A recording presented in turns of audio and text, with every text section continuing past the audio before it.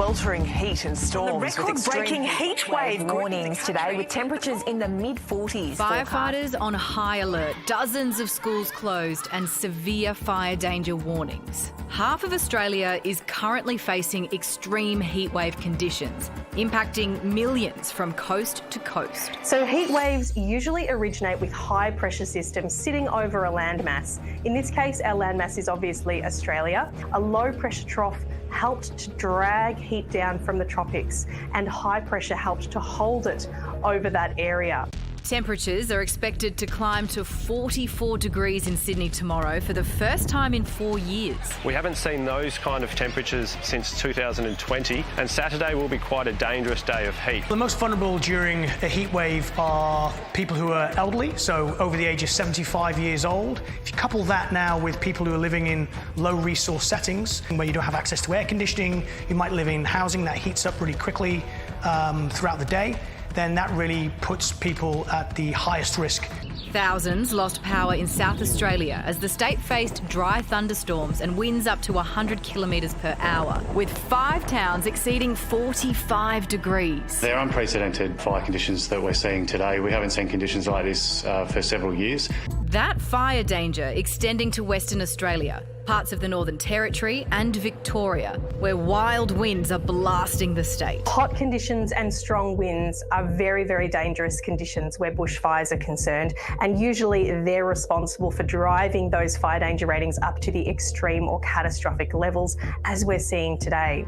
And while Queensland also grapples with intensifying heat, the state's being urged to brace for Category 4 tropical cyclone Jasper brewing off the north coast. This is not a practice, this is not a drill, this is the real deal, and cyclones can obviously have devastating impacts on community, property and life. Well, 10 News First Meteorologist Josh Holt has been keeping an eye on the situation. Josh, let's start with that cyclone. 4 meteorologists are being evacuated from an island in the Coral Sea. So how bad are we expecting this to get?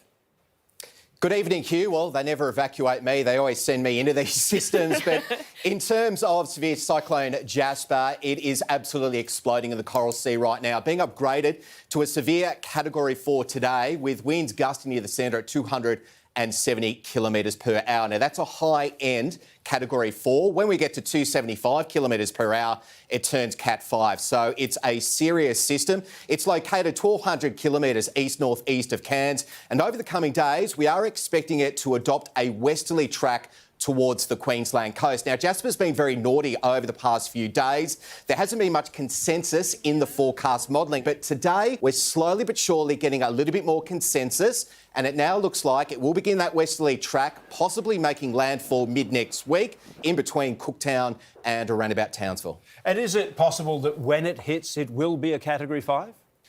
Look, we are expecting it to weaken somewhat, probably over the next couple of days. It's going to run into a bit of wind shear and also an injection of dry air. Cyclones don't like those two things, so it could weaken down a little bit as it makes a westerly track. But some of the forecast models have it re-intensifying before it makes landfall on around about Wednesday next week.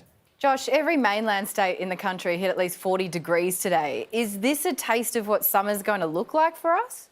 Look, it looks particularly nasty for New South Wales, especially tomorrow. Sydney, CBD, is expecting a maximum forecast temperature on Saturday afternoon of 40 degrees. Western Sydney is expecting temperatures of 44. That is very extreme indeed. And of course, heat or heat waves are the most dangerous type of weather phenomenon. We are expecting a cool change, though, to push through Sydney late on Saturday evening. That will drop temperatures down into Sunday, but certainly a very hot day on the way tomorrow.